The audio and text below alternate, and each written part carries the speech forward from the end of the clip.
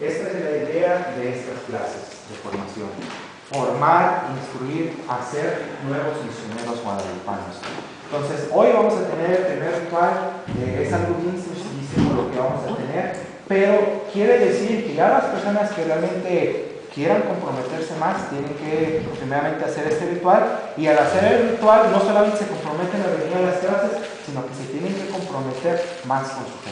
Entonces aquí no me da miedo porque yo sé que todos de una u otra forma están comprometidos con su fe. ¿En qué forma se tienen que comprometer? El simplemente hecho de venir a misa los domingos, ¿verdad? Porque un verdadero guadalupano, como les dije, ante todo tiene la Eucaristía como su prioridad, venir a misa. Segundo, participar de los días festivos, de las fiestas marianas. Ante todo, y uno de los requerimientos que vamos a ver y les voy a enseñar, es ante todo amar a la morenita de Tepeyac. Entonces, son requerimientos fáciles, obligaciones que hay que tener, pero como también tenemos derechos. Y eso los voy a decir al final.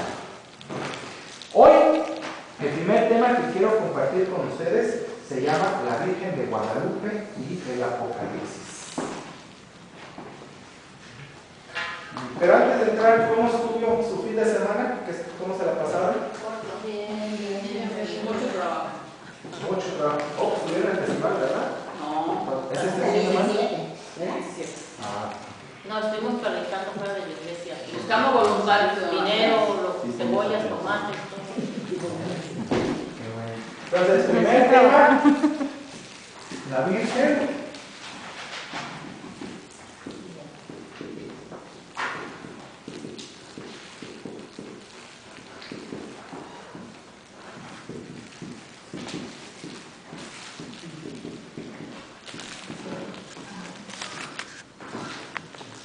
La Virgen de Guadalupe y el Apocalipsis.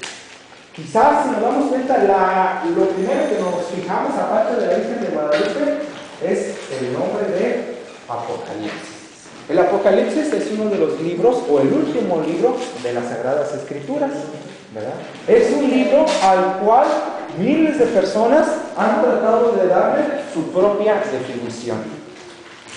Que aquí muchos dicen que el Apocalipsis habla del fin del mundo, de cómo se va a acabar el mundo, ¿verdad? Entonces hablan como que el libro del Apocalipsis pues es un libro profético, un libro donde nos viene a decir fecha, horario y todo lugar cómo es que se va a acabar el mundo.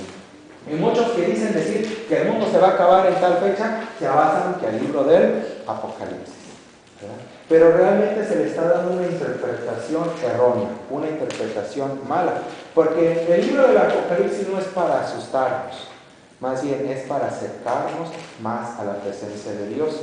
Entonces, es importante que este libro, tanto como lo que vamos a hacer el día de hoy, lo hagamos con estudio cuidadoso y siempre bajo lo que la iglesia nos enseñe. Porque la iglesia nos da una catequesis acerca de este libro, una catequesis que tenemos que seguir, pero si yo por mis chicharrones hago una interpretación diferente, entonces no estoy siguiendo la ley de la iglesia, los mandatos de la iglesia, y por eso es que a veces mucha gente confundida. ¿Por qué? Porque cada quien le da su propia interpretación. Entonces, Apocalipsis. Apocalipsis ante todo significa revelación, ¿verdad? O como está en inglés, The Book of Revelations. Revelación, ¿verdad? ¿Y qué quiere decir revelación? Revelación quiere decir que se descubre algo, ¿verdad? Descubrir, que hay algo que descubrir. Entonces, podemos decir que ante todo la Virgen de Guadalupe es una imagen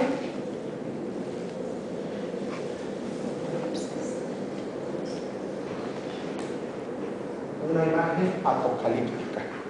Quiere decir que de la imagen se tienen que descubrir muchos de los misterios, muchos de los signos de amor que ella viene a presentarnos, ¿verdad? Entonces, Santa María de Guadalupe es una imagen apocalíptica. María aparece como una gran señal que ha venido del cielo, como el sol y la luna bajo sus pies. Recordemos primeramente que los náhuatl oraban para pedir que saliera el sol. Eso es lo que nos dice la historia, que los náhuatl oraban para que saliera el sol cada día. Ellos no pensaban que el sol salía a su tiempo diariamente, sino que ellos tenían que orar. Era necesidad de ellos orar diariamente durante la noche para pedir que el sol saliera nuevamente, y al salir el sol consigo destruyera las tinieblas. Porque ellos sabían y reconocían que ante las tinieblas, que cuando hay tinieblas, no puede surgir nada bueno. Entonces, en la oscuridad no puede haber nada bueno. ¿Por qué? Porque solamente existen las tinieblas. Y era por eso que ellos oraban. ¿Para qué? Para que saliera el Dios Sol, y con la luz del Dios Sol viniera a resplandecer este mundo, ¿verdad? Como les digo, ya ahorita nosotros, nadie quiere orar para que salga el sol. ¿Por qué? Porque eso es algo que ya sabemos que el sol tiene que salir, ¿verdad? Pero los indígenas oraban. ¿Por qué? Porque ellos sabían que la luz era la que venía a traer la claridad, lo que también venía a enseñarles que era para ellos la verdad. Entonces, oraban durante la noche.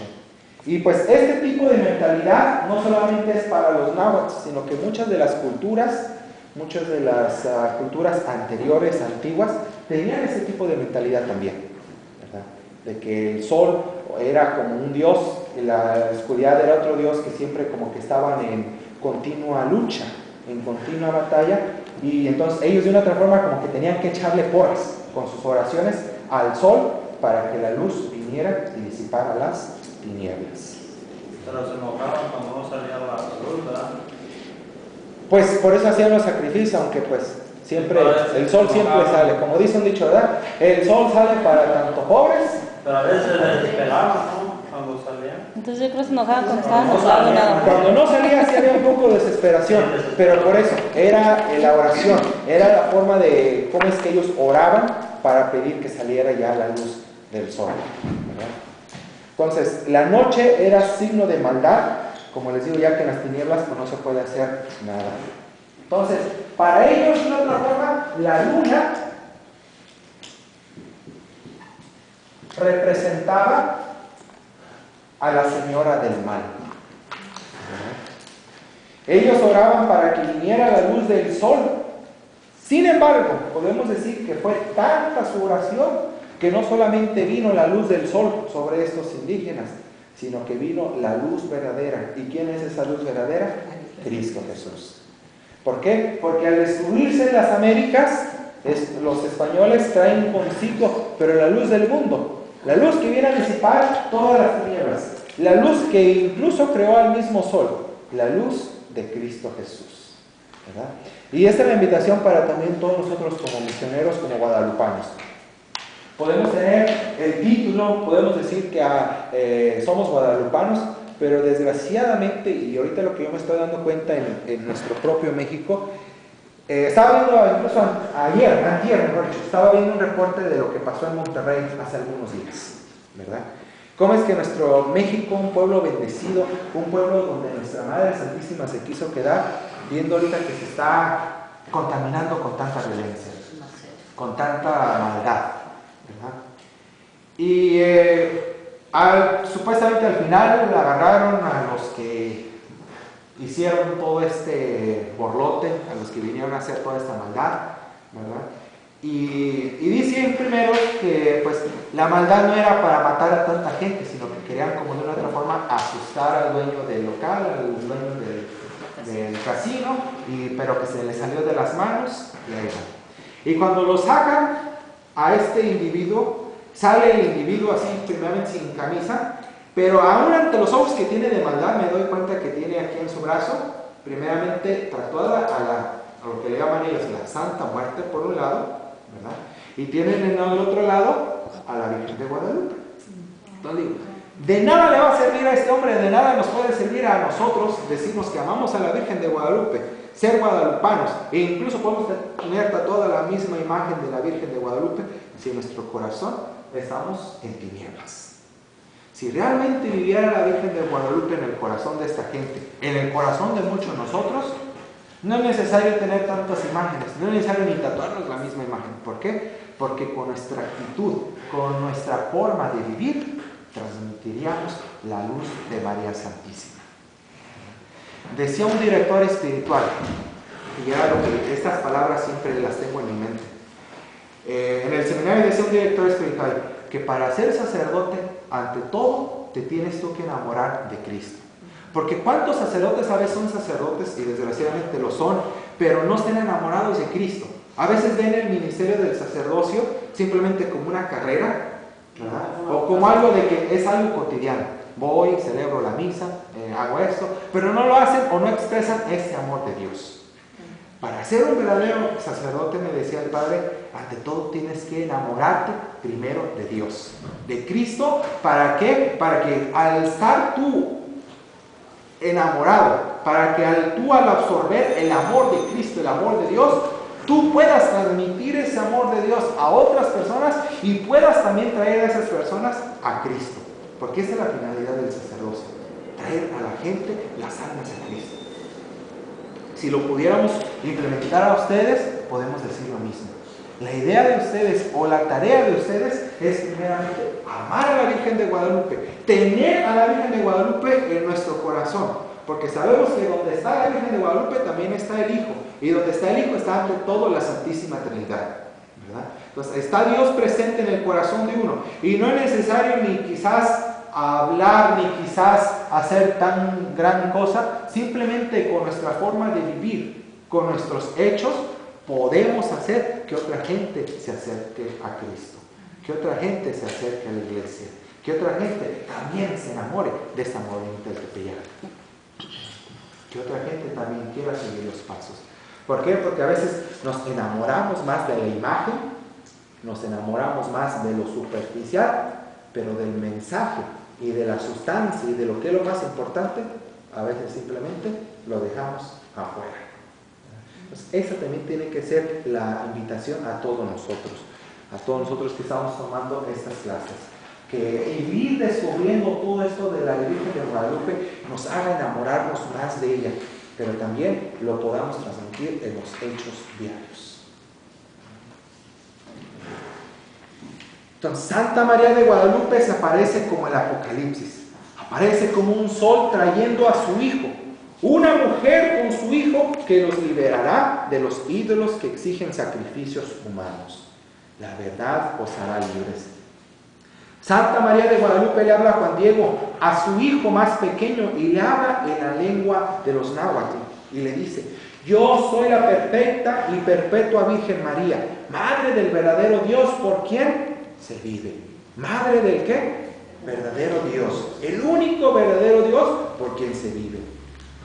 Y en el libro del Apocalipsis, que si nos damos cuenta, el libro del Apocalipsis y casi la mayoría del Nuevo Testamento está escrito en lengua hebrea, ¿verdad?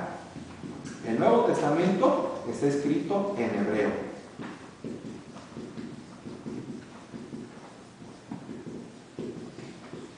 Entonces, en el libro del Apocalipsis escrito en hebreo encontramos la palabra Hava, ¿verdad?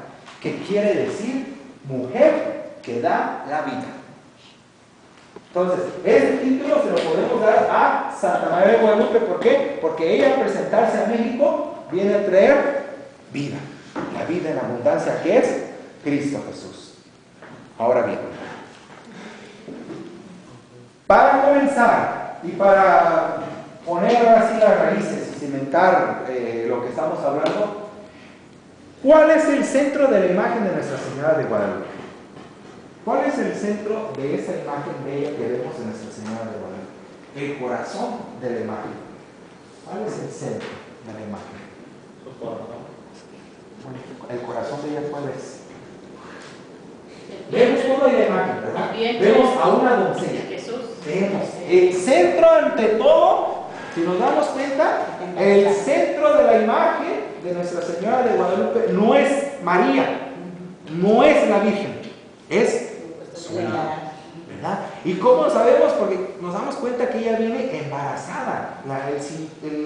El cinturón negro que trae quiere decir que está embarazada. Entonces, el centro de toda la imagen no es María, es Cristo. Segundo, nos damos cuenta que María es la iluminada, la que viene iluminada por el sol.